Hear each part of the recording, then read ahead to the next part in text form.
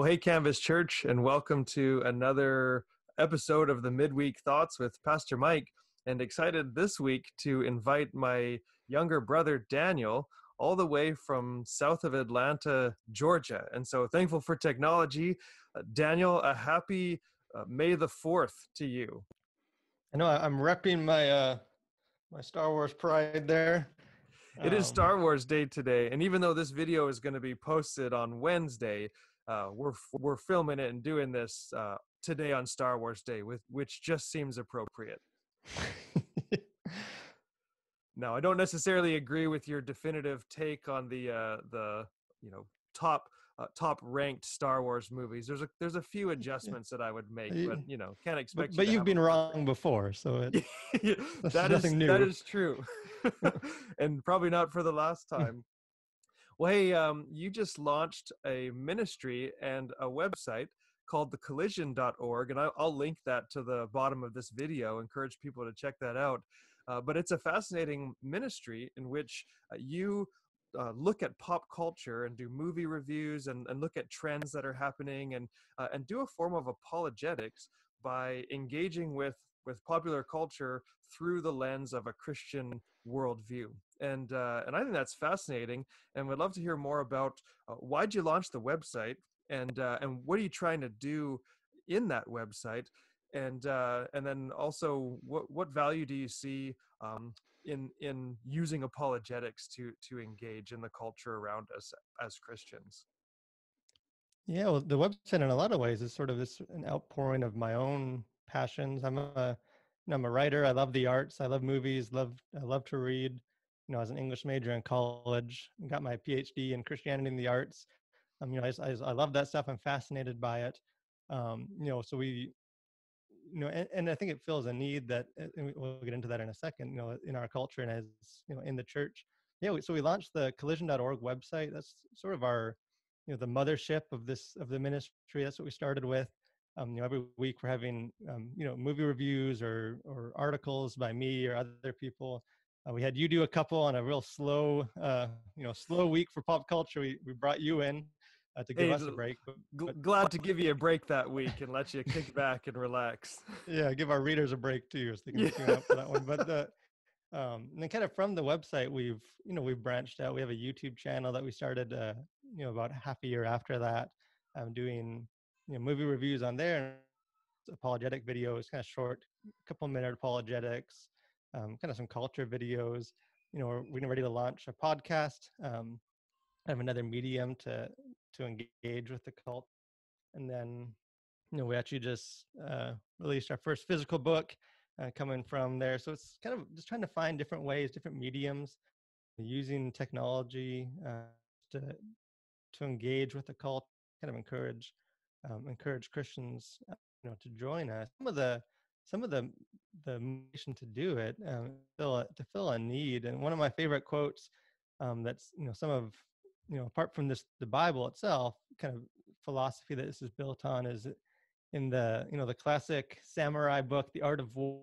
He has a great quote, and again, I don't want to set it up as like a us versus them necessarily, but he, to kind of paraphrase and invert his ordering, basically he says, if you don't know yourself and you don't know your enemy, then you're going to lose every battle that you engage in.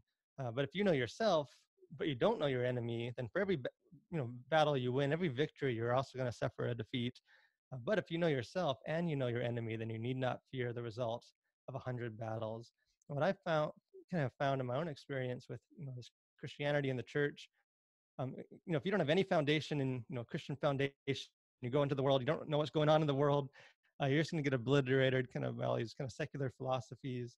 But what I've found is a lot of Christians, they kind of fall in that second category of they're well educated in the Bible, they're well educated in kind of a Christian worldview, they've read a lot of Christian books, but they're not aware of what's kind of the other side, the other philosophies that are out there, the other narratives that are kind of really dominating the culture, shaping the way people think about important issues. So when it comes to engagement, inevitably they come up to a point where there's just a wall, there's a disconnect between what the culture's saying and what they're familiar with or know how to engage with. And for us, the collision is kind of a way to bridge that gap, to encourage Christians to to wrestle with some of this, to see what stories, what narratives are being put into the culture through books and through media and through celebrities, proclaiming them from the Golden Globe stage, or just sort of how can we connect and know what's out there, so that as Christians, you know, grounded in our own biblical worldview, we can engage and connect, and ultimately to point people towards Christ. Yeah, I like that. And as you say, it's not necessarily an us versus them kind of people against people, but oftentimes ideas against ideas. And so, if we as Christians are called to go and fulfill the Great Commission, to go and preach the gospel and to engage with people and to dialogue with people and to share this good news, well, most people aren't just going to just take the good news and say, well, thank you, I accept that. They're going to have questions. It's going to rub up against their worldview, and they're going to say, okay, if you're telling me that this is what is true about who God is and who this Jesus is, that doesn't necessarily blend with everything that I believe. And so we're going to have to work that out a little bit. And I found myself in the books that I read, um, and maybe this isn't a great admission as a pastor, I don't know, but I read far more secular books than I do Christian books. Now, I've tried to get into Christian books as well that will help me in my own worldview. But like you said, I know my own worldview fairly well, and I've read a lot and things in that worldview. But if I want to really understand the people I'm talking to, then I need to start reading some of the things that they're reading. I need to understand what they're watching, and that's one of the things I really like about your website, is you try to understand what is the world into right now, and how can we engage with them in a way where they, maybe we can find some common ground as a bridge to help talk to them about what we believe and the things that we believe are important and true. Now, I know some people may take issue with that, and they may say, if we're trying to engage too much in the culture around us, like at a certain point, what are we wading too far into the mud? Like, are we just selling out, or are we compromising? And I know some people worry about that. How do you know where that line is, to where you're trying to engage and you're trying to understand without necessarily immersing yourself in a world that does not necessarily reflect who you are and what you believe? And because I think you have biblical examples that you follow, right? Of why this is important and how even we are to do it.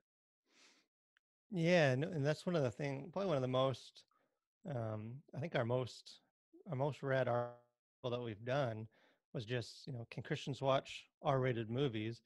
Kind of wrestling through some of that and kind of biblically. But I think that article, it was so widely received for that reason, that I think people are, when they think of the arts, there's sort of they have in mind that kind of a very negative connotation, or it's, they kind of, well, is it dangerous? You're going to be confronted with things that you disagree with, things that are offensive, things that kind of blaspheme God. As Christians, should we be exposed to that kind of stuff?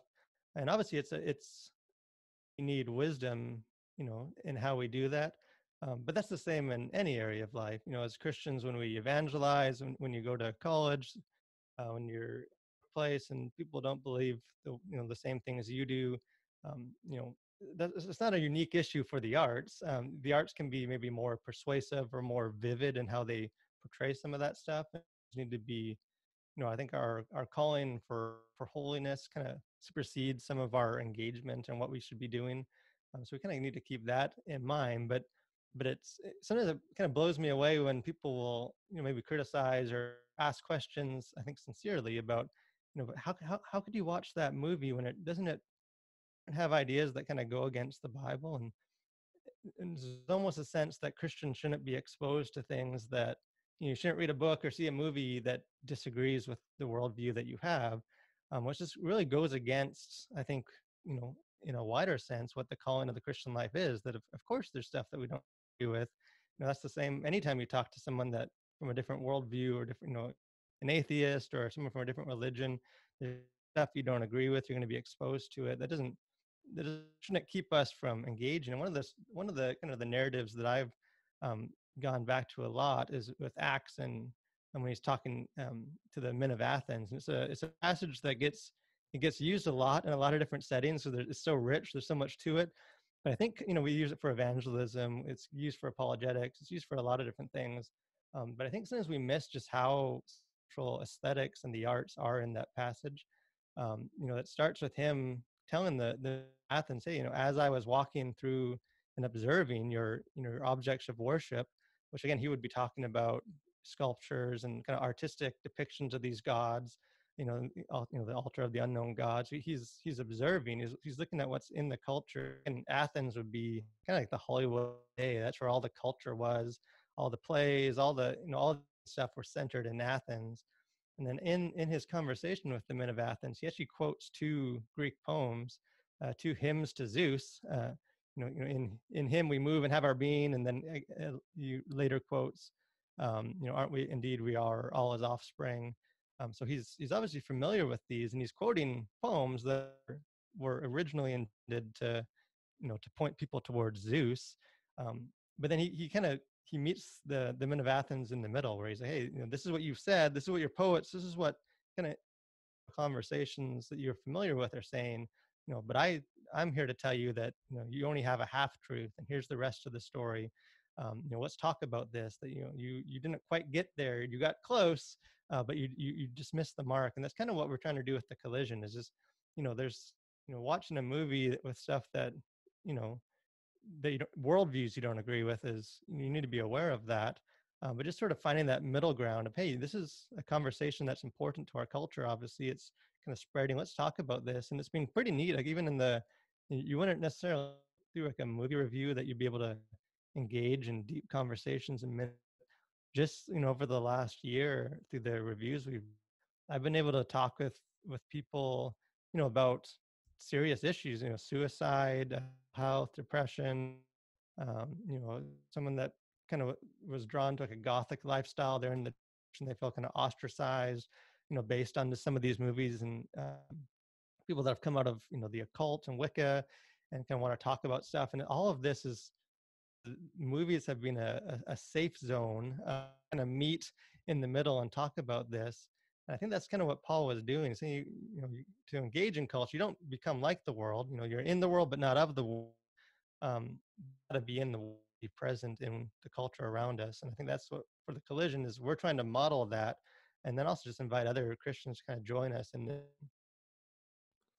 Yeah, I really like that, uh, saying, "Hey, people like Paul and Jesus, they were not, um, you know, like blocked off in their own echo chambers of just talking to people like them. What really set them apart in many ways was that they would go out, and they were not afraid to engage people who were different than them, who thought different than them, and find that common ground as a bridge to share the good news of the gospel. And so maybe just real briefly as we wrap up here, what word of encouragement would you give to the church today of how can we start doing this? And so if somebody wants to be a bit more engagement with the culture around them, what's maybe a good place to start? What's a baby step to say, hey, how can I start to understand the worldviews around me, so that it will help me understand my own worldview, but also help me engage in this within these different ideas? Yeah, I think one of the things that's helpful is just to kind of start thinking of entertainment as not less than entertainment. I think you can still enjoy. We don't want to turn culture into just homework necessarily, um, but start thinking just beyond that. When you see a movie, when you're sitting down, one of the good ways to do that is just in community. That's kind of one of the ways to safeguard against some of the stuff that Christians should avoid in movies. We shouldn't just take it all in. There's a lot of stuff to avoid, but be intentional to talk about it. Talk about the latest movies that are out that we've read, and just I think when you start being a little more intentional with it, you begin to kind of recognize the worldviews, and you can kind of trace that to, hey, no, this is an issue that we've seen in our wider culture. And when you start looking around, you see this is where it's coming from. And what for me, what it helps too is it helps you, a lot of times we kind of know maybe even what the world believes. We don't always understand why they believe it. We kind of think maybe they're crazy, or how could you possibly think in that way, your worldview? And when you kind of start thinking beyond that, it allows you to have a little more um, common ground with them, just to understand, hey, this is a sincere belief that I disagree with, but here's kind of where you can trace it back to. So let's sort of talk about it there. But again, and I would also just encourage kind of maybe a word of encouragement is, there is a lot of bad in culture, but there's also a lot of good. I think there's a lot of Christians that are really stepping up to the plate. And one of the ways to keep that going, I think, is just to, sometimes as the church, we want to influence Hollywood, but we don't necessarily want to take the effort to influence and encourage just the artists among us in our church, in our congregations that are, called to the arts. And I think, as someone that is an artist, don't ever kind of underestimate the power of just encouraging those, or the artists among you. You never know that, the people that you're in and pouring into may be the ones that are establishing these cultural narratives, 10, 15 years down the road. God has given us a lot of amazing gifts to join the conversation. It's just kind of about being intentional about it.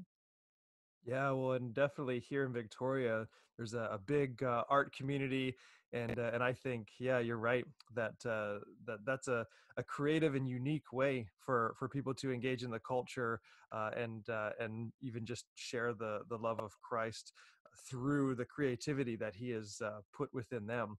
And so, encourage those of you watching this video, click that link below to go and check out thecollision.org. Lots of great resources on there to help you understand and engage the culture around you.